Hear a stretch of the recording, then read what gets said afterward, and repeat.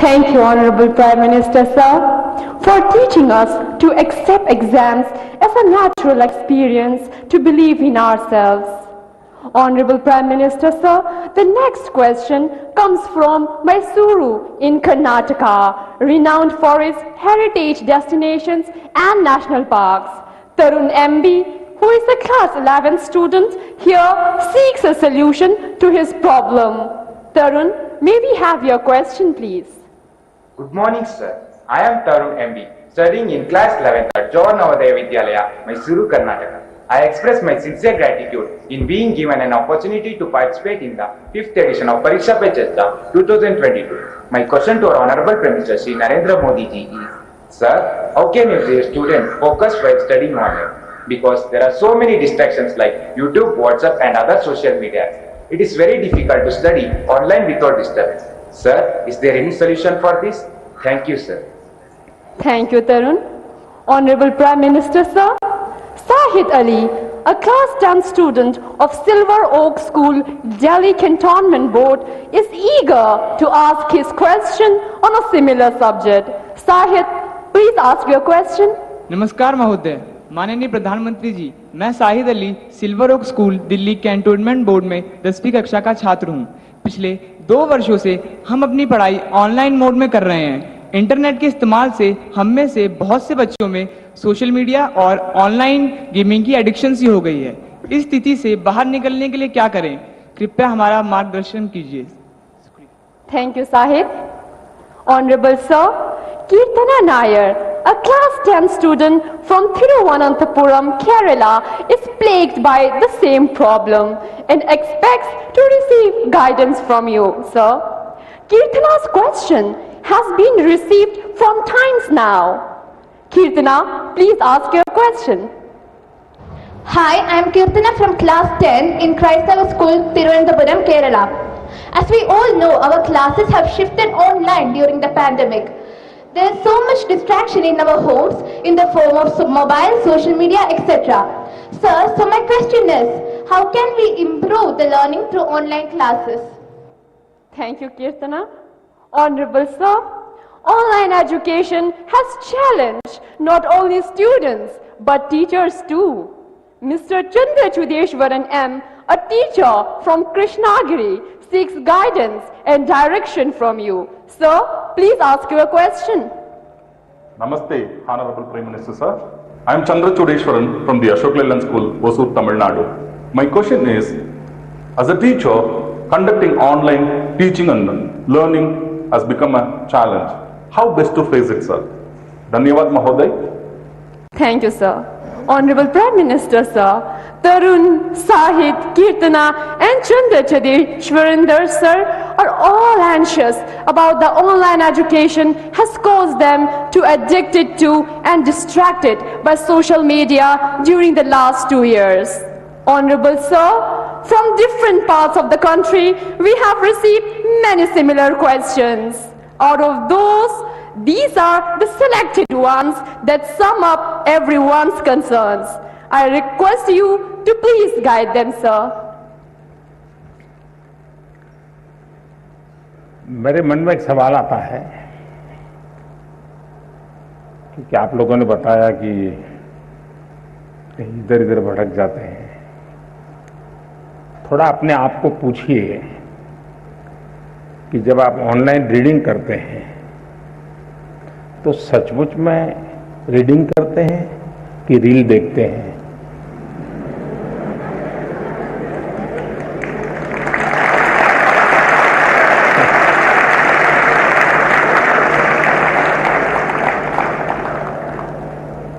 अब मैं आपको हाथ ऊपर नहीं कराऊंगा, लेकिन आप समझ गए कि मैंने आपको पकड़ लिया है।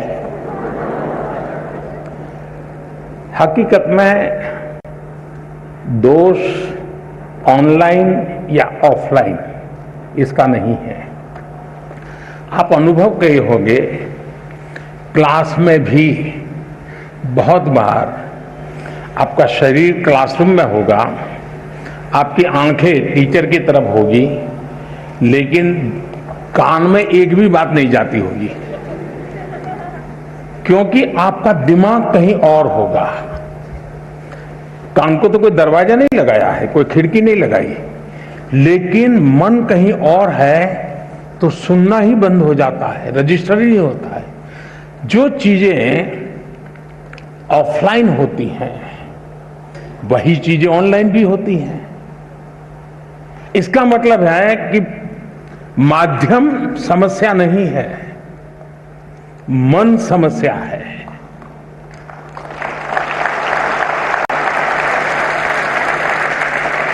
माध्यम ऑनलाइन हो या ऑफलाइन, अगर मेरा मन पूरी तरह उससे जुड़ा हुआ है, उसमें डूबा हुआ है, मेरा एक खोजी मन है जो उसमें की बारीकियों को पकड़ने की कोशिश कर रहा है, तो आपके लिए ऑनलाइन या ऑफलाइन मैं नहीं मानता हूं कि कोई फर्क पड़ सकता है। और इसलिए हम, जैसे युग बदलता है तो माध्यम भी बदलते रहते हैं। अब पहले के जमाने में जो गुरुकुल चलते थे, सदियों पहले, सहस्त्र वर्ष पहले, तो वहां तो प्रिंटिंग पेपर भी नहीं थे, तो उस समय कोई किताब भी नहीं थी, तो ऐसे ही कंठस्थ सब चलता था। तो उनकी श्रवण शक्ति इतनी तेज रहती थी कि सुनते थे और उसको कंठस्थ कर लेते थे, और पीढ़ी दर पीढ़ी कान के द्वारा सीख करके, बाद में युग बदल गया, प्रिंटेड मटेरियल आ गया, किताबें आने लगी, तो लोगों ने उसमें ढाल दिया। ये इवोल्यूशन लगातार चलता रहा है, ये, और यही तो मानव जीवन की विशेषता है। तो वो इवोल्यूशन का एक हिस्सा है कि आज हम डिजिटल गैजेट के माध्यम से, नए टेक्नोलॉजिकल टूल के माध्यम से बड़ी आसानी से चीजों को प्राप्त कर सकते हैं और बड़े व्यापक रूप से प्राप्त कर सकते हैं। इसे हमने एक अपॉर्चुनिटी मानना चाहिए, हमने इसे समस्या नहीं मानना चाहिए। लेकिन यह भी सही है कि कभी हमने एक कोशिश करनी चाहिए, हम ऑनलाइन हमारी पढ़ाई को एक रिवॉर्ड के रूप में अपने टाइम टेबल में रख सकते हैं। मुझे पक्का विश्वास है कि मान लीजिए आपके टीचर के द्वारा मिली हुई नोट्स और स्टैंडर्ड मटेरियल कहीं आपको ऑनलाइन अवेलेबल है, दोनों को बराबर देखेंगे तो आप ही उसका वैल्यू एडिशन कर सकते हैं।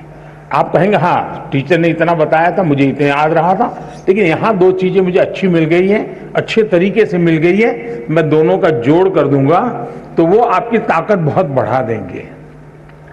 ऑनलाइन का दूसरा लाभ ये है, आखिरकार शिक्षा का एक हिस्सा है ज्ञान अर्जन करना। अब ऑनलाइन और ऑफलाइन का सिद्धांत क्या हो सकता है? मैं मानता हूं ऑनलाइन पाने के लिए है, ऑफलाइन बनने के लिए है।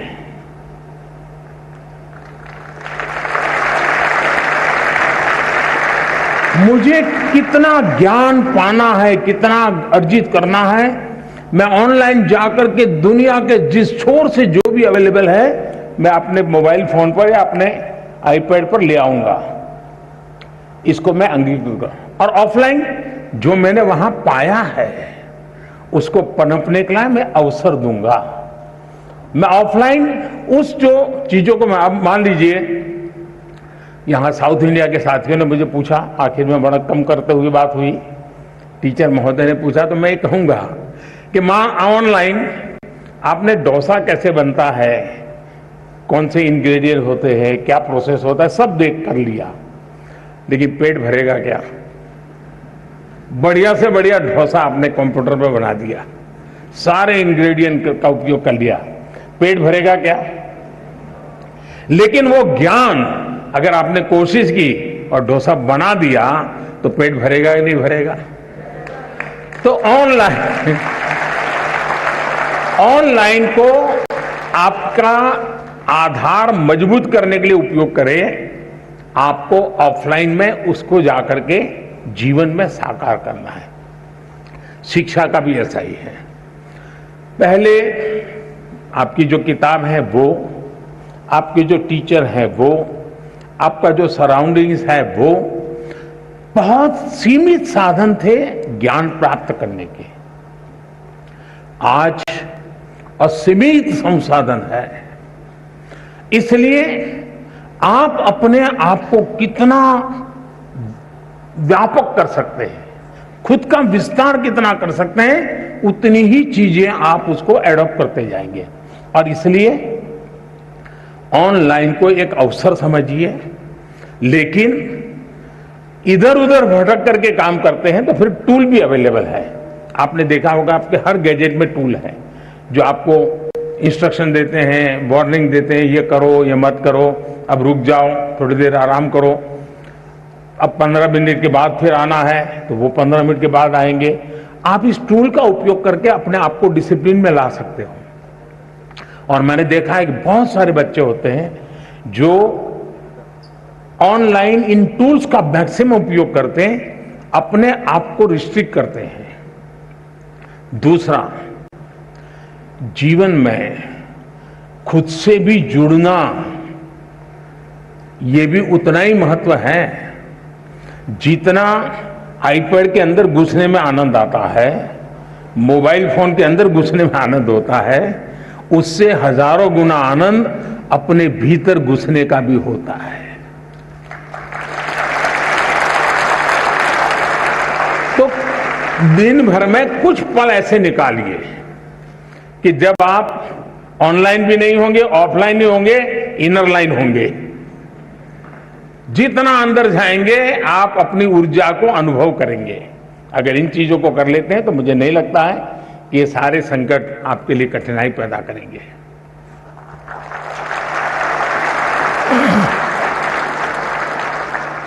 माननीय प्रधानमंत्री जी, आपने हमें मूल